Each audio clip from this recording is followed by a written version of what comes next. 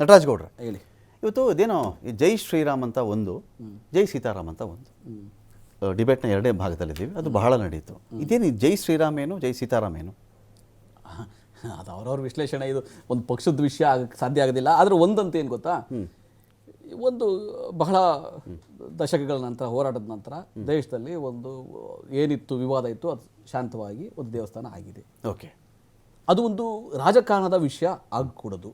Okay, ರಾಜಕಾರಣವನ್ನು ಮೀರಿ ಜನಗಳ ಭಾವನೆ ಮತ್ತು ಅವರ ಒಂದು ನಂಬಿಕೆಯ ವಿಷಯ ಇದು. ಓಕೆ, ಅದು ಬಟ್ ಈಗ ಏನು ಉಪಯೋಗಿಸ್ತಾ ಇದ್ದಾರೆ, ನೀವು ತಾವೆಲ್ಲ ನೋಡಿರ್ಬೋದು. ಯಾರ್ದೋ ಒಬ್ಬ ದನ ಸಾಗಿಸ್ತಾ ಇರೋನಿಗೆ ಹೊಡೆದು ನೀನು ಜೈ ಶ್ರೀರಾಮ್ ಅಂತ ಘೋಷಣೆ ಕೂಗು ಅಂತ ಹೇಳೋದು, ಯಾರ್ದೋ ಮಕ್ಕಳಿಗೆ ಎಲ್ಲೋ ಜಾಗದಲ್ಲಿ ನೀನು ಜೈ ಶ್ರೀರಾಮ್ ಅಂತ ಕೂಗು ಅಂತ ಹೇಳಿ ಹಲ್ಲೆ ಮಾಡುವಂಥದ್ದು, ಈ ಥರ ಸಾಮಾಜಿಕ ಜಾಲದಲ್ಲಿ ಭಾಳ ವಿಡಿಯೋಗಳು ಬರ್ತಾ ಇರೋದು ನೋಡಿದ್ದೀವಿ. ಸಿ ಅದರ ಆಗಬಾರ್ದು ಆ್ಯಕ್ಚುಲಿ. ಓಕೆ, ರಾಮ ಅಂದರೆ ಶಾಂತ ಸ್ವಭಾವದವನು, ಮೃದು, ನಿರ್ಮಲ, ಆ ಥರ ಒಂದು ಬೇರೆ ಥರದೇ ಇದೆ. ತ್ಯಾಗ, ಶಾಂತಿ ಈ ಥರದ್ದು ಬರ್ತದೆ. ಆದರೆ ಈಗ ತೋರಿಸ್ತಾ ಇರ್ತಕ್ಕಂಥದ್ದು ಏನು ಭಾಳ ದೊಡ್ಡ ಉಗ್ರರೂಪಿ, ಆ ಥರ ಬರೋದಿಲ್ಲ. ಸೀತಾರಾಮನ ಅನ್ನೋದೇನಾದರೆ ಒಂದು ಎಲ್ಲವನ್ನು ಬಾಂಡಿಂಗ್, ಕುಟುಂಬ ಒಂದು ಬಾಂಡಿಂಗ್ ಬರುವಂಥದ್ದು. ಸೊ ಆ ರೀತಿಯ ವಿಶ್ಲೇಷಣೆಗಳಿದ್ದಾವೆ. ಬಟ್ ಆದರೆ ಅದ್ರ ರಾಜಕೀಯ ಸರ್ಕಾಗಬಾರದು ಒಂದು. ಎರಡನೇದು, ಧರ್ಮ ಮತ್ತು ರಾಜಕಾರಣವನ್ನು ಮಿಕ್ಸ್ ಮಾಡಬಾರದು. ನಾವು ನಮ್ಮ ಆಚರಣೆಗಳನ್ನ ಮಾಡ್ತಾ, ನಮ್ಮ ನಂಬಿಕೆ, ನಮ್ಮ ಧರ್ಮವನ್ನು ಗೌರವಿಸ್ತಾ, ಬೇರೆಯವರ ನಂಬಿಕೆ ಮತ್ತು ಗೌರವವನ್ನು ಗೌರವಿಸಬೇಕು. ಇಲ್ಲಿ ಯಾರು ಎರಡನೇ ದರ್ಜೆಯ ಪ್ರಜೆಗಳಿಲ್ಲ, ಯಾವುದೇ ಎರಡನೇ ದರ್ಜೆಯ ಧರ್ಮ ಇಲ್ಲ. ದೇಶದಲ್ಲಿ ಎಲ್ಲ ಸಮಾನರು. ಆ ಭಾವನೆಯನ್ನ, ಭ್ರಾತೃತ್ವವನ್ನ, ಸೌಹಾರ್ದತೆಯನ್ನ ಅದು ಇರಬೇಕು, ಅದನ್ನು ಸಾಧಿಸಬೇಕು. ಅದಕ್ಕೆ ಕೊಡುಗೆ ರಾಜಕೀಯ ಪಕ್ಷಗಳು ಮತ್ತು ಸರ್ಕಾರಗಳು ಜಾಸ್ತಿ ಕೊಡುಗೆ ಕೊಡಬೇಕು. ಆದರೆ ಇವಾಗ ನಡೀತಾ ಇರ್ತಕ್ಕಂಥದ್ದೇನು, ಆ ಧರ್ಮದ ಆಧಾರದಲ್ಲಿ ವಿಭಜನೆಯನ್ನ ಇವಾಗ ಅಂದರೆ ಭಾವನೆಗಳನ್ನು ಕೆರಳಿಸುವಂಥದ್ದು, ಕೊಮ್ಮು ಬೀಜ ಬಿತ್ತುವಂಥದ್ದು ಅವು ಆಗಕೊಡೋದು. ನಾವು ನಮ್ಮ ಹಳ್ಳಿಗಳಲ್ಲಿ ರಾಮನವಮಿ ಆದಾಗ ಒಬ್ಬ ಸಾಬ್ರು ಎಲ್ಲ ಸಹೋದರರು, ಬ್ರದರ್ಸ್, ಅವ್ರು ಬಂದು ಪಾನಕ ತಗೊಳ್ಳೋರು, ಪ್ರಸಾದ ತಗೊಳ್ಳೋರು, ದೀಪಾವಳಿ ಒಟ್ಟಿಗೆ ನಾವು ಪಟಾಕಿ ಹಂಚ್ತಾ ಇದ್ವಿ, ಯುಗಾದಿಗೆ ನಮ್ಮ ಮನೆಗೆ ಬಂದು ಒಬ್ಬಟ್ಟು ತಿನ್ನುವಂಥವ್ರು. ನಾವು ಕೂಡ ಅವರ ಧರ್ಮದಲ್ಲಿ ಮೊಹರಂ ಅಲ್ಲಿ, ಬಕ್ರೀದಲ್ಲಿ ಅವ್ರ ಮನೆಗೆ ಬಿರಿಯಾನಿ ತಿನ್ಕೊಂಡ್ ಬರ್ತಾ ಇದ್ವಿ. ಇದು ಭ್ರಾತೃತ್ವ ಇತ್ತು. ಈಗ ಏನಾಗಿದೆ, ಅವ್ರಿಗೂ ಕೂಡ ಎಕ್ಸ್ಟ್ರೀಮಿಸಮ್ ಅಲ್ಲೂ ತೂರ್ಕೊಂಡ್ಬಿಟ್ಟು ನೀವಲ್ಲಿ ಹೋಗ್ಕೊಡುದು. ಸೀತಾರಾಮನ ಬಗ್ಗೆ ಹೇಳಿ ಕೇಳಿ, ನಾನು ಸೀತಾರಾಮ ರಾಮ ಇಲ್ಲಿ ಪ್ರತ್ಯಕ್ಷ ಮಾತಾಡ್ತಾರೆ, ಒಪ್ತಾನೆ. ರಾಮ ಇಲ್ಲಿ ಪ್ರತ್ಯಕ್ಷ ಆಗ್ಬಿಟ್ರೆ ನನ್ನ ಮಾತು ಮೆಚ್ತಾನೆ. ಅವರ ಆಚರಣೆಗಳಲ್ಲಿ ನಾವು ಅಲ್ಲಿ ಹೋಗ್ತಾ ಇದ್ವಿ. ಎಂತ ಭ್ರಾತೃತ್ವ, ಎಂತ ಸಹೋದರತ್ವ ಇತ್ತಂದ್ರೆ ಆ ರೀತಿಯ ಸಹೋದರತ್ವ ಇರಬೇಕು. ಈ ಸೀತಾರಾಮ ಅನ್ನೋ ವಿಷಯದಲ್ಲಿ ಅದಿರುತ್ತೆ. ಯಾಕಂದ್ರೆ ಒಂದು ಕುಟುಂಬ ಅಂತ ಒಂದು ಸೌಮ್ಯ ಸ್ವಭಾವವನ್ನು ತೋರಿಸುತ್ತೆ. ಹಂಗಾಗಿ ಅವರ ವಿಶ್ಲೇಷಣೆ ಅದು. ಬಟ್ ನಾನೇನ್ ಹೇಳ್ತೀನಿ, ದೇಶದಲ್ಲಿ ಸಹೋದರತ್ವ ಇರಬೇಕು, ಸಹಬಾಳ್ವೆ ಇರಬೇಕು, ಒಂದು ಸಹಿಷ್ಣುತೆ ಇರಬೇಕು. ಅದನ್ನ ಈ ಸಮಯದಲ್ಲಿ, ಈ ಕಳೆದ 10 ವರ್ಷದಲ್ಲಿ ನಾವು ಹಾಳು ಮಾಡ್ಕೊಂತ ಇದ್ದೀವಿ. ಮುಂದಕ್ಕಾದ್ರೂ ಅದು ಬದಲಾವಣೆ ಆಗ್ಬೇಕು. ರಾಮ ಏನನ್ನು ಪ್ರತೀಕ ಮಾಡ್ತಾನೆ? ರಾಮ ದ್ವೇಷವನ್ನು ಪ್ರತೀಕ ಮಾಡ್ತಾನೆ, ಪ್ರೀತಿಯ ಪ್ರತೀಕ. ರಾಮ ಸ್ನೇಹದ ಪ್ರತೀಕ, ತ್ಯಾಗದ ಪ್ರತೀಕ. ಆ ತರ ಸೌಹಾರ್ದತೆಯನ್ನ ನಾವು ಮೂಡಿಸಬೇಕಾದ ಹೊಣೆಗಾರಿಕೆ ಸರ್ಕಾರಗಳು ಅಥವಾ ಪಕ್ಷಗಳು ಇನ್ವಾಲ್ವ್ ಮಾಡ್ಕೊಳ್ಳೋದಾದ್ರೆ ಅದನ್ನ ಎಲ್ಲರನ್ನು ಒಟ್ಟಿಗೆ ಮಾಡುವಂಥದ್ದು ಇರಬೇಕು.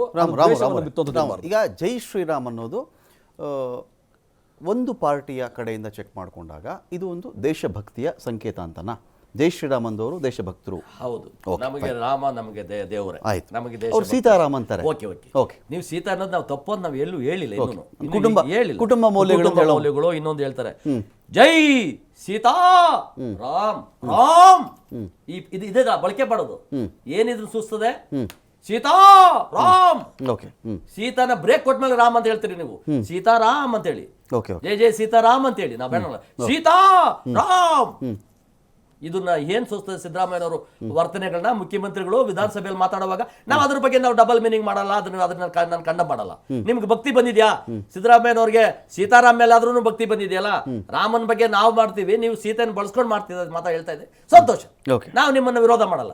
ಆದ್ರೆ ನೀವು ಹೇಳ್ತಕ್ಕದ್ದು ಅಲ್ಲಿ ಬಿರಿಯಾನಿ ತಿನ್ನಕ್ ಹೋಗಿದ್ವಿ, ಮೊಹರಂಗೆ ಹೋಗಿದ್ವಿ, ಬಕ್ರೀದ್ಗೆ ಹೋಗಿದ್ವಿ, ನಾವು ಇದಕ್ಕೆ ಹೋಗಿದ್ವಿ ಅಂತ ಹೇಳ್ತಕ್ಕಂಥದ್ದು ಇವೆಲ್ಲ ನಾಟಕಗಳಾಡ್ಬಿಡಿ. ಸಿದ್ದರಾಮಯ್ಯನವರು ಮಾತನಾಡಿರುವ ಬೈಟನ್ನ ಈಗ ಅಪ್ಲೈ ಮಾಡಿಸ್ಬಿಡೋಣ. ಅದೇನು ಮಾತಾಡಿದ್ರೆ ನೋಡಿ ಸದನದಲ್ಲಿ ಮಾತಾಡಿ. ಬಿಹಾರಕ್ಕೆ 26% ಅಮ್ಮ. ಜೈ ಜೈ ಸೀತಾರಾಮ್, ಜೈ ಜೈ ಸೀತಾರಾಮ್, ಜೈ ಜೈ ಸೀತಾರಾಮ್. ಯಾವ ಬುದ್ಧಿನೂ ಇಲ್ಲ, ತಲೆಯಲ್ಲಿ ಮಿದುಳಿಲ್ಲ. ಖಾಲಿ ಆಗಿರೋದು ಏನಪ್ಪ ಅಂದ್ರೆ ಮಿದುಳೇ ಇಲ್ಲ ಇವ್ರಿಗೆ, ತಲೆನೇ ಖಾಲಿ, ಇವ್ರಿಗೆ ತಲೆ ಖಾಲಿ ಇವ್ರಿಗೆ. ಯಾರು ರಾಮಾಯಣ ಬಿಹಾರಕ್ಕೆ 26% ಅಮ್ಮ. ಜೈ ಜೈ ಸೀತಾರಾಮ್, ಜೈ ಜೈ ಸೀತಾರಾಮ್, ಜೈ ಜೈ ಸೀತಾರಾಮ್. ಯಾವ ಏನು ಬುದ್ಧಿನೂ ಇಲ್ಲ, ತಲೆಯಲ್ಲಿ ಮಿದುಳಿಲ್ಲ. ಇವ್ರು ಖಾಲಿ ಆಗಿರೋದು ಏನಪ್ಪ ಅಂದ್ರೆ ಮಿದುಳೇ ಇಲ್ಲ ಇವ್ರಿಗೆ, ತಲೆನೇ ಖಾಲಿ ಇವ್ರಿಗೆ ತಲೆ. ಜೈ ಜೈ ಸೀತಾರಾಮ್ ಅಂತ ಹೇಳಿದ್ರಪ್ಪ. ಏನಿದೆ ಏನು ಜೈ ಜೈ ಸೀತಾರಾಮ್ ತಪ್ಪೇನು ನಾವೇ ಕಾಣಿಸ್ತದೆ? ತಪ್ಪಂತ ಹೇಳಿಲ್ಲ. ಅದೇನು ಅಲ್ಲಲ್ಲ, ಹಿಂಗೆಲ್ಲ ಕೈ ಏನೋ ಅಲ್ಲಲ್ಲ, ಮಾಡ್ತಾ ಇದ್ರಿ. ನೀವು ಜೈ ಸೀತಾರಾಮ್ ಅನ್ನೋದನ್ನ ಹೇಳಿದ್ರಲ್ಲ, ಸಂತೋಷ. Okay. ನಾವು ಸಿದ್ದರಾಮಯ್ಯನವ್ರಿಗೆ ನಾವು ಪ್ರಣಾಮಗಳು ಅರ್ಪಿಸ್ಬಿಡ್ತೀವಿ. ನೀವು ಸೀತೆ ಮೇಲೆ ಅಷ್ಟು ರಾಮನ ಮೇಲೆ ಭಕ್ತಿ ಬಂದಿದ್ಯಾ? ಸೀತಾರಾಮನ್ ನೆನ್ಸ್ಕೊಂಡ್ರ? ಇವಾಗಾದ್ರೂ ನಿಮ್ ಬಾಯಲ್ಲಿ ಬಂತಾ? ಓಕೆ. ಅಯೋಧ್ಯೆ ಸೀತಾರಾಮ್ ಬಗ್ಗೆ ಮಾತಾಡಿ, ಜೈ ಶ್ರೀರಾಮ್ ಅಂದ್ರು ಒಂದೇನೆ, ಜೈ ಹನುಮಾನ್ ಅಂದ್ರು ಒಂದೇನೆ. ನಾವು ಅಲ್ಲಿ ಬರ್ತಕ್ಕಂಥ ಪಾತ್ರದಲ್ಲಿ ಬರ್ತಕ್ಕಂಥ ಲಕ್ಷ್ಮಣ ಅಂತ ಹೇಳಿದ್ರು ಅದೇನೆ. ಓಕೆ. ನಾವು ಒಪ್ಕೊಳ್ತೀವಿ. ಈಗ ಈ ದೇವ್ರ ಮೇಲಿರೋ ಭಕ್ತಿನ ಪ್ರೂವ್ ಮಾಡೋದು ಹೆಂಗೆ ರಾಮು ಅವರೇ? ಯಾವ ಥರ ಪ್ರೂವ್ ಮಾಡಬೇಕು? ಒಬ್ಬ ವ್ಯಕ್ತಿ ನಿಮ್ಮ ಮುಂದೆ ಒಬ್ಬ XYZ ವ್ಯಕ್ತಿ ನಿಂತಿರ್ತಾನೆ, ಹೆಂಗ್ ಪ್ರೂವ್ ಮಾಡಬೇಕು ಅವನಿಗೆ ಅವನಲ್ಲಿ ದೇವ್ರ ಭಕ್ತಿ? ಸೊಂಡದೊಂದು ಮಾತು ಹೇಳ್ತೀನಿ. 84ರಲ್ಲಿ ಪ್ರಜಾವಾಣಿ ಪತ್ರಿಕೆಯಲ್ಲಿ ಯಾವುದೋ ಒಬ್ಬ ವ್ಯಕ್ತಿ ಹೆಸರನ್ನ ಬಳಕೆ ಮಾಡಿ ಏನೋ ಒಂದು ಪದ ಬಳಕೆ ಮಾಡಿದ್ರು. ನಾನು ಅದನ್ನ ಇಲ್ಲಿ ಹೇಳಲ್ಲ, ಬೇಡ, ನಿಮ್ಗೆ ಗೊತ್ತಿದೆ ಪತ್ರಕರ್ತರು. ಅವತ್ತು ಆದಾಗ ಏನಾಯ್ತು?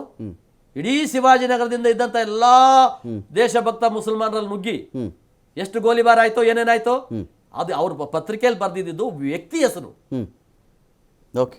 ಇನ್ನೊಬ್ಬ ಸಂತನ ಹೆಸರು ಬರ್ದಿಲ್ಲ, ಅದು ಒಬ್ಬ ವ್ಯಕ್ತಿ ಹೆಸರು ಬರ್ದಾಗ ಆ ವ್ಯಕ್ತಿ ವಿಷಯ ಬಂದಾಗ ಒಂದು ಪತ್ರಿಕಾಲಯ ಪ್ರಜಾವಾಣಿ ಪತ್ರಿಕೆನೇ ಮುಚ್ಚಿಸ್ಬಿಟ್ರು, ಗಲಾಟೆ ಮಾಡಿದ್ರು, ಗೋಲಿಬಾರ್ ಆಯ್ತು, 2 ಜನ ಸತ್ರು. ನಿಮ್ಮ ಪದಗಳನ್ನ ಸರಿಯಾದ ರೀತಿಯಲ್ಲಿ ನಾವು ನಿಮಗೆ ಹೆಂಗೆ ಅದು ಭಕ್ತಿ ಕಾಣಿಸ್ತದೋ ನಮಗೂ ಶ್ರೀರಾಮ ಅನ್ನೋದು ನಮಗೂ ಭಕ್ತಿನೇ. ನಾವು ಭಕ್ತಿಯಿಂದ ನಾವು ಸಮರ್ಪಿಸ್ಕೊತೀವಿ. ನೀವು ಸೀತೆನೂ ರಾಮ ಸೇರಿಸ್ಕೊಂಡು ಗೊತ್ತಾ ರಾಮ್ ಅವರೇ, ಈ ಭಕ್ತಿ ಇರೋದು ಇಲ್ಲದೆ ಇರೋದನ್ನ ಗುರ್ತಿಸೋದು ಹೇಗೆ ಅಂತ ನಾವು ಐಡೆಂಟಿಫೈ ಮಾಡೋದು ಅವರವರ ಭಾವನೆಗಳು. ಓಕೆ. ಅವರವರ ಭಾವನೆಗಳ ಮೇಲೆ ಈಗ ನಿಮ್ಮ ಭಾವನೆಯಲ್ಲಿ ಅವ್ರಿಗೆ ಭಕ್ತಿ ಇಲ್ಲ ಅಂತ ಲೆಕ್ಕಾಚಾರ? ಅವರೇ ಹೇಳ್ತಾರೆ, ನಾನು ಕೋಳಿ ತಿಂದೋದೆ ರೀ, ನಾನು ಮೀನ್ ತಿಂದೋತೀನಿ ದೇವಸ್ಥಾನಕ್ಕೆ, ತಿನ್ಬಾರ್ದು ಅಂತ ಯಾರು ನೀವು ತಿನ್ನಲ್ಲೇನ್ರಿ ಅಂತ ಪತ್ರಕರ್ತರ ಏಕಾಏಕಿ ಹೆಂಗ್ ಮಾತಾಡಿದಾರೆ ಅದು ಗೊತ್ತಿದೆ. ಓಕೆ. ನೀವು ತಿನ್ಬಾರ್ದು ನಾವ್ ಹೇಳಿಲ್ಲ, ನೀವು ತಿನ್ನಿ. ನೀವು ದೇವಸ್ಥಾನಕ್ಕೆ ಹೋದ್ರೆ ನಾನು ಕೋಳಿ ತಿಂದು ಹೋಗ್ತೀನಿ ರೀ, ನನ್ನ ಇಷ್ಟ ತಿಂತಲ್ಲೇನ್ರಿ. ಸಿಟಿ ರವಿ ಮೇಲೆ ಇಂಥ ಆರೋಪ ಬಂತು, ತಿಂದ್ಬಿಟ್ಟು ಹೋಗಿದ್ರು ದೇವಸ್ಥಾನಕ್ಕೆ ಅಂತ. ಏನ್ ಮಾಡಿದ್ಯಾ? ಅದನ್ನ ಶಿಕ್ಷೆ ಕೊಡ್ಬೇಕಂತ ಈ ಸನ್ನಿವೇಶದಲ್ಲಿ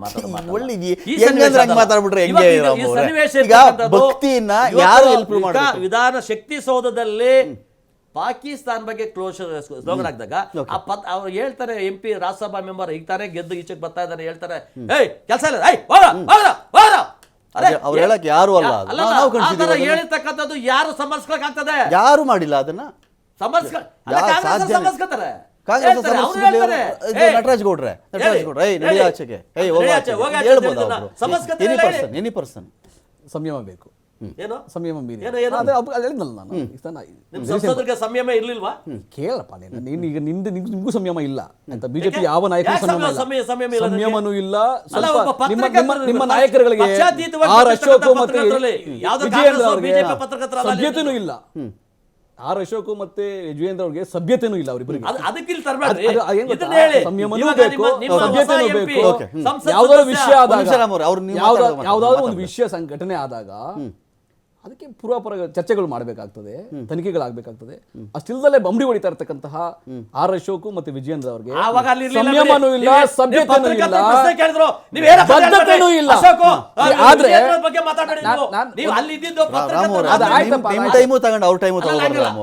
ಡಿಬೇಟ್ ಆಗಲ್ಲ, ನೀವು ಮಾತಾಡ್ಬೇಕಾದ್ರೆ ಸುಮ್ಮನೆ ಇದ್ರು ತಾನೆ.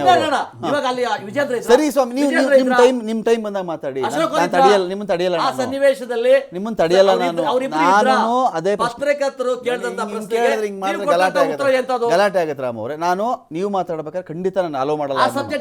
ಅವ್ರು ಮಾತಾಡ್ಬೇಕಾದ್ರೂ ನೀವು ಮಾತಾಡ್ಬೇಡಿ, ನೀವು ಮಾತಾಡ್ಬೇಕಾದ್ರೆ ಅವ್ರಿಗೂ ನಾನು ಬಿಡಲ್ಲ ಮಾತಾಡೋದು. ಸಂಸತ್ ಸದಸ್ಯರು ನಾನು ನಿಮ್ಗೆ ಹೇಳ್ದೆ ಸಂಯಮ ಬೇಕು. ಎಂತ ಸಮಯದಲ್ಲೂ ಕೂಡ ಕೆಲಸಲ್ಲಿ ಮುಜುಗರ ಆಗುತ್ತೆ, ಕೆಲಸಲ್ಲಿ ಸತ್ಯಾಸತ್ಯ ಗೊತ್ತಾಗಲ್ಲ, ಗೊಂದಲ ಮೂಡುತ್ತೆ. ಆ ಸಮಯದಲ್ಲೂ ಸಂಯಮ ಬೇಕು. ಆದರೆ ಬಿಜೆಪಿಯ ನಾಯಕರುಗಳಿಗೆ ಸಂಯಮನೂ ಇಲ್ಲ, ಸಭ್ಯತೆನೂ ಇಲ್ಲ, ಒಂದು ಕಾನೂನು ಗೌರವ ಕೂಡ ಒಂದು ಬದ್ಧತೆನೂ ಇಲ್ಲ. ಇವತ್ತು ಅವ್ರು ಮಾಡ್ತಾ ಇರ್ತಕ್ಕಂಥದ್ದು ಪ್ರಹಸನ, ತಮ್ಗೆ ಆಗಿರ್ತಕ್ಕಂಥ ಮುಖಭಂಗ ಮುಚ್ಕೊಳ್ಳಿಕ್ಕೆ, ಚುನಾವಣೆಯ ಸೋಲನ್ನ ಮುಚ್ಕೊಳ್ಳಿಕ್ಕೆ ಕೇಂದ್ರದ ಬಿಜೆಪಿ ನಾಯಕರು ತರಾಟೆ ತೆಗೆದುಕೊಳ್ತಾ ಇದ್ದಾರೆ ಅವ್ರನ್ನ. ಏನ್ರಿ ನಿಮ್ಮ ಶಾಸಕರೇ ನೀವು ಉಲ್ಟಾ ಆಗ್ತಾರೆ ಅಂದ್ರೆ ನಿಮ್ಗೆ ಯಾವ ಕಂಟ್ರೋಲ್ ಇದೆ ನಿಮ್ಮಲ್ಲಿ, ಸಂಘಟನೆ ನಿಮ್ಗೆ ಯಾವ ಕಂಟ್ರೋಲ್ ಅಂತ ಅವ್ರಿಗೆ ಚೀಮರಿ ಆಗ್ತಾ ಇದ್ದಾರೆ. ಓಕೆ. ಸೊ ಹಂಗಿರ್ಬೇಕಾದ್ರೆ ಅದನ್ನು ಮುಚ್ಚಾಕೊಳ್ಳಿಕ್ಕೆ ಇವರು ಈ ಪ್ರಹಸನವನ್ನ ದೊಡ್ಡ ಮಟ್ಟದ ಪ್ರಹಸನ ಮಾಡ್ತಾರೆ. ಬಟ್ ಆದ್ರೆ ಯಾವುದೇ ಪ್ರಕರಣ ಆದಾಗ ಗಂಭೀರತೆಯಿಂದ, ನಾವು ಗಂಭೀರವಾಗಿ ಹೇಳ್ತೀವಿ, ಕಾನೂನು ಕ್ರಮ ಆಗಬೇಕು, ತನಿಖೆ ಆಗಬೇಕು. ನಿಮ್ಗೆ ತಾಳ್ಮೆ ಇಲ್ಲ ಅನ್ನೋದಾದ್ರೆ ಅದನ್ನ ಇಡೀ ಜನತೆಗೆ ಅದನ್ನ ನಾವು ಪ್ರಚೋದನೆ ಕೊಡ್ತೀವಿ ಅನ್ನೋದಾದ್ರೆ ಜನ ನಂಬಲ್ಲ. ಕಾನೂನು ಕ್ರಮಗಳಾಗ್ತವೆ, ಅದಕ್ಕೆ ನಿಮ್ಗೆ ಸಂಯಮ ಬೇಕು ಅನ್ನೋದನ್ನ ಇವತ್ತು ಈಗ ಹೋಮ್ ಮಿನಿಸ್ಟರ್ ಹೇಳಿದ್ದಾರೆ, ಮುಖ್ಯಮಂತ್ರಿಗಳು ಹೇಳಿದ್ದಾರೆ, ನೋಡ್ರಿ ಪ್ರಕರಣ ಆಗಿದೆ, ತನಿಖೆ ಆಗ್ತದೆ, ನೀವು ಅದ್ರ ಬಗ್ಗೆ ಸಂಶಯ ಬೇಡ ಅಂತ ಹೇಳಿದ ಮೇಲೂ ಕೂಡ ಏನು ರಾಜ್ಯಭವನಕ್ಕೆ ಹೋಗೋದು ರಾಷ್ಟ್ರಪತಿ ತಕ್ಕ ಹೋಗ್ಲಿ ತಪ್ಪಿಲ್ಲ, ಅವ್ರಿಗೆ ಅದು ಹಕ್ಕು. ಆದ್ರೆ ನಿಮ್ಮ ಪ್ರಯಾರಿಟಿ, ನೀವು ಅದನ್ನ ತಗೊಂಡ್ರಕ್ಕ ತೀವ್ರತೆ ಬೇರೆ ವಿಷಯಗಳಿಗೆ ಇದೇ ತೀವ್ರತೆ ತಗೊಳ್ಳಲ್ಲ. ರಾಜ್ಯಕ್ಕಾಗೋ ಆರ್ಥಿಕ ನೀತಿ ಬಗ್ಗೆ ನೀವು ತೀವ್ರತೆ ತಗೊಳ್ಳಲ್ಲ, ಕಾವೇರಿ ವಿಷಯದಲ್ಲಿ ನೀವು ತೀವ್ರತೆ ತಗೊಳ್ಳಲ್ಲ, ಬರ ಪರಿಹಾರದಲ್ಲಿ ನೀವು ತೀವ್ರತೆ ತಗೊಳ್ಳಲ್ಲ. ಈ ತೀವ್ರತೆ ತಗೋಬೇಕು. ಜನತೆಗೆ 7 ಕೋಟಿ ಜನತೆಗೆ ಅನುಕೂಲ ಆಗುವಂತ ವಿಷಯಗಳಲ್ಲಿ ನೀವು ಚಕಾರ ಆಯ್ತಲ್ಲ, ತುಟಕ್ ಪಿಟಿಕನ್ನಲ್ಲ 26 ಸಂಸದರು ಮತ್ತೆ ಬಿಜೆಪಿ 66 ಶಾಸಕರು ಬೇರೆ ವಿಷಯಗಳಿಗೆಲ್ಲ ತಮ್ಮ ಮುಖಭಂಗ ಮುಚ್ಕೊಳ್ಳಕ್ಕೆ ಈ ರೀತಿಯ ಪ್ರಾಸನ. ಈಗ ನೀವು ಕಾಂಗ್ರೆಸ್ನವ್ರಿಗೆ ಎಲ್ಲಿ ಆದ್ರೂ ಕೂಡ ದೇವರ ಮೇಲೆ ಇರ್ತಕ್ಕಂಥ ಭಕ್ತಿಯನ್ನು ತೋರಿಸುವ ಅನಿವಾರ್ಯತೆಗೆ ಸಿಕ್ಕಾಕೊಂಡಿದ್ದೀರಾ ನೀವು. ಏನಾದರೂ ಪ್ರೂವ್ ಮಾಡ್ಲಿಕ್ಕೆ ಪಾಯಿಂಟ್ ಇದೆಯಾ ನಿಮಗೆ ಅಂತ? ಈಗ ನಾವು ದೇವಭಕ್ತರು, ನಾವು ಅಂದರೆ ಹಿಂದುತ್ವ ಅಂತ ಅವ್ರು ಹೇಳಬೇಕಾದ್ರೆ ಹಿಂದುತ್ವದ ಒಳಗಡೆ ನುಸುಳುವ ಪ್ರಯತ್ನ ಕಾಂಗ್ರೆಸ್ಗೆ ಈಗ ಅವಶ್ಯಕತೆ ಬಂದಿದೆಯಾ? ನುಸುಳುವ ಮೃದು ಹಿಂದುತ್ವ, ಸಾಫ್ಟ್ ಹಿಂದುತ್ವ ಅಂತೆಲ್ಲ ಕರೀತಾರಲ್ಲ, ಆ ಒತ್ತಡಕ್ಕೆ ಸಿಕ್ಕಾಕೊಂಡ್ಬಿಟ್ಟಿದ್ದೀರಾ ನೀವು. ಅದಕ್ಕೋಸ್ಕರ ಸೀತಾರಾಮ್ ಇಂಥದ್ದೆಲ್ಲ ಬಾಯಲ್ಲಿ ಬರುತ್ತಾ ನಿಮಗೆ? ಇಲ್ಲ. ಈಗ ಏನಾಗಿದೆ ಅಂದ್ರೆ ಪ್ರೆಷರ್ ಅಂತ ಹೇಳಿ ಅಷ್ಟೇ. ನೋಡಿ, ಒಂದೇನು ಗೊತ್ತಾ, ಈಗಿನ ವಾತಾವರಣ ಇದೆಯಲ್ಲ, ಈ ದೇಶದಲ್ಲಿ ಎಲ್ಲಾ ಧರ್ಮಗಳಿದ್ದಾವೆ, ಹಲವು ಧರ್ಮಗಳಿದ್ದಾವೆ. ನಾನು ಹಿಂದೂ ಧರ್ಮದವನು, ಯಾರೋ ಬೌದ್ಧ ಧರ್ಮವರಿದ್ದಾರೆ, ಒಬ್ಬ ಮುಸಲ್ಮಾನ್ ಧರ್ಮದವನಿದ್ದಾನೆ, ಒಬ್ಬ ಜೈನ ಧರ್ಮದವನಿದ್ದಾನೆ, ಒಬ್ಬ ಕ್ರಿಶ್ಚಿಯನ್ ಧರ್ಮದವನಿದ್ದಾನೆ. ಎಲ್ಲರಿಗೂ ಅವ್ರಿಗೆ ಅವಕಾಶಗಳಿದ್ದಾವೆ. ನೀವು ನಮ್ಮ ಧರ್ಮ ಇದೆಯಲ್ಲ, ನೈಜ ಧರ್ಮ ಇದೆಯಲ್ಲ, ಇದು ಸಾವಿರಾರು ವರ್ಷಗಳಿಂದ ಬಂದಂತ ಪರಂಪರೆ, ಸಂಸ್ಕೃತಿ. ಈ ಬಹುಪರಂಪರೆ ಬಹುಸಂಸ್ಕೃತಿಯನ್ನ ನೀವು ಅಳಿಸಿ ಹಾಕಿ, ಇಲ್ಲ ಇದು ಹೇಳಿದ್ರೆ ಮಾತ್ರ ನೀವು ದೈವ ಭಕ್ತ. ನಾನು ಬೈ ಬರ್ತ್ ನಾನು ನೋಡಿರೋದು ಭೈರವನ್ ಮಾತ್ರ, ಚುಂಚಗಿರಿ ಭೈರವನ್ನ, ನಮ್ಮ ಊರು ಹಳೆ ಊರಮ್ಮನ್ನ, ಇಲ್ಲ ಮಣೆಗುಪ್ಪೆ ಆಂಜನೇಯನ್ನ. ಈ ದೇವರುಗಳ ನನ್ಗೆ ಗೊತ್ತಿರೋದು. ನಾನು ಅಯೋಧ್ಯೆಗಂತೂ ಹೋಗಿಲ್ಲ, ದೂರಕ್ಕಂತೂ ಪ್ರವಾಸ ಮಾಡಿಲ್ಲ. ಇಲ್ಲ, ನೀನು ಬರೀ ಜೈ ಶ್ರೀರಾಮ್ ಹೇಳಿದ್ರೆ ಮಾತ್ರ ದೇಶಭಕ್ತ, ದೇಶ ಮಾಡಿದ್ರೆ ಮಾತ್ರ ಹಿಂದುತ್ವ ಅನ್ನೋದು ತಪ್ಪಾಗುತ್ತೆ. ಯಾಕಂದ್ರೆ ಶಿವಲಿಂಗಗೂ ನಾವು ಅದೇ ಗೌರವ ಕೊಡ್ತೀವಿ, ರಾಮನಿಗೂ ಅದೇ ಗೌರವ ಕೊಡ್ತೀವಿ. ವಿವಿಧ ಧರ್ಮಗಳು ನಮ್ಮಲ್ಲೇನೆ ಕೂಡ ವಿವಿಧತೆ ಇದೆ. ನಮ್ಮ ಧರ್ಮದಲ್ಲಿ ಬಹಳ ವಿವಿಧತೆ. ಊರಿಂದ ಊರಿಗೆ ಊರ ದೇವರು ಚೇಂಜ್ ಆಗುತ್ತೆ, 2-3 ಮೈಲಿಗೆ ಒಂದೊಂದು ದೇವರು ಚೇಂಜ್ ಆಗುತ್ತೆ, ಊರ ಪದ್ಧತಿ ಚೇಂಜ್ ಆಗುತ್ತೆ, ಊರ ಪದ್ಧತಿ ಚೇಂಜ್ ಆಗುತ್ತೆ.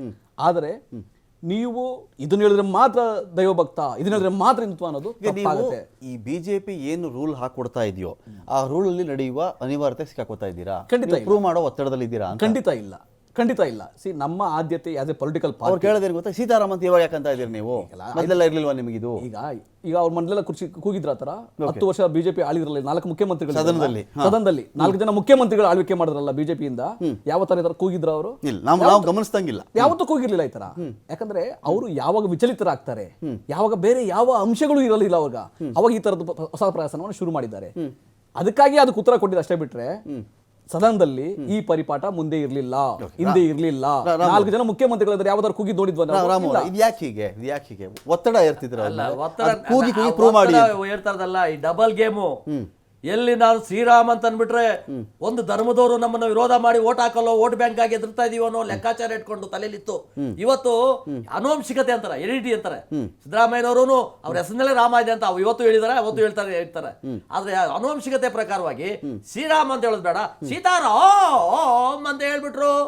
ಪುಣ್ಯಾತ್ಮರು, ನಮ್ಗೆ ಅದ್ರ ಬಗ್ಗೆ ವಿರೋಧ ಇಲ್ಲ, ನಾವು ಹೆಂಗೆ ಮಾಡಲ್ಲ ಅದನ್ನ. ಅದೇ ರಾಹುಲ್ ಗಾಂಧಿ ಎಷ್ಟೋ ಕಡೆ ದೇವಸ್ಥಾನಕ್ಕೆ ಹೋದಾಗ ಬೊಟ್ಟಿಟ್ಕೊಂಡು ಈ ಬುತ್ತಿ ಹಚ್ಕೊಂಡು ದೇವ್ರ ಪ್ರಾರ್ಥನೆ ಮಾಡ್ತಾರೆ. ಇತ್ತೀಚೆಗೆ ಕೆಲವು ಸಾರಿ ಮಾತಾಡ್ತಾರೆ, ಮೋದಿ ಅವರು ಯಾವ ಜಾತಿ ರೀ ಅಂತ, ಇದನ್ನ ಸಾರ್ವಜನಿಕವಾಗಿ ಮಾತಾಡ್ತಾರೆ. ಯಾವ ಜಾತಿ ಅದ್ರ ಭಾರತೀಯರವರು? ನೀವ್ ಯಾವ ಜಾತಿ? ನಿಮ್ಮ ಅಪ್ಪ ಯಾರು? ನಿಮ್ ತಾತ ಯಾರು? ನಿಮ್ಮ ಅಮ್ಮ ಯಾರು? ಅದ್ ನಾವ್ ಕೇಳಿದ್ವಾ? ಒಬ್ಬ ಪ್ರಧಾನಮಂತ್ರಿಗಳ ಬಗ್ಗೆ ನೀವು ಈ ತರ ಮಾತಾಡ್ತೀರಿ, ಇಡೀ ದೇಶ ನೋಡ್ತಾ ಇದೆ ಪ್ರಧಾನಮಂತ್ರಿಗಳನ್ನ. ನೀವ್ಯಾಕೆ ಆ ತರ ಹೇಳ್ತೀರಿ? ಯಾವ ಜಾತಿ ಅಂತ ಯಾರು ಕೇಳಿದ್ರು? ಜಾತಿ ಬ್ರಾಂಡ್ ಹಾಕೊಂಡು ನಾವು ಹೋರಾಟ ಮಾಡ್ತಾ ಇದ್ವಾ? ಜಾತಿ ಬ್ರಾಂಡ್ ಹಾಕೊಂಡು ಮುಖ್ಯಮಂತ್ರಿ ಆಗಿವರ, ಪ್ರಧಾನಮಂತ್ರಿಗಳಾಗೋರ? ಇದು ಮಾತಾಡ್ತಕ್ಕಂಥದ್ದು ಅಪ್ರಬುದ್ಧತೆ ಅಲ್ವಾ? ರಾಹುಲ್ ಗಾಂಧಿ ಮಾತಾಡಿರೋದು. ರಾಹುಲ್ ಗಾಂಧಿ ಅವರಿಗೆ ಮತ್ತೆ ಇದೇ ರಾಮ ಮಂದಿರಕ್ಕೆ ಸೋನಿಯಾ ಗಾಂಧಿ ಅವ್ರನ್ನು ಕರೆದಿದ್ರು, ಮಲ್ಲಿಕಾರ್ಜುನ್ ಖರ್ಗೆ ಅವ್ರನ್ನು ಕರೆದಿದ್ರು. ಯಾಕಪ್ಪ ಹೋಗ್ಲಿಲ್ಲ ನೀವು? ಅವತ್ತು ನಿಮ್ಗೆ ಕಾಣಿಸಿಲ್ವಾ ಅಯೋಧ್ಯ? ಹೋಗು ದೇವಸ್ಥಾನ ಕೈ ಮುಗಿದ್ಬಿಟ್ಟು ಆಮೇಲೆ ಬಂದು ನೋಡಿಲ್ಲ ರೀ ಇದು ಬಿಜೆಪಿ ಅವ್ರು ಮಾತ್ರ ಮಾಡಿದ್ರು, ನಾನು ಮಾಡಿದ್ದು ತಪ್ಪಾಯ್ತು ಅಂತ ಹೋಗಿ ತಪ್ಪು ಕಾಣಿಕೆಯನ್ನು ಅರಿಸ್ಬಿಡಿ. ಯಾವ್ದಾದ್ರು ಒಂದು ಇದಕ್ಕೆ ಹೋಗ್ಬಿಟ್ಟು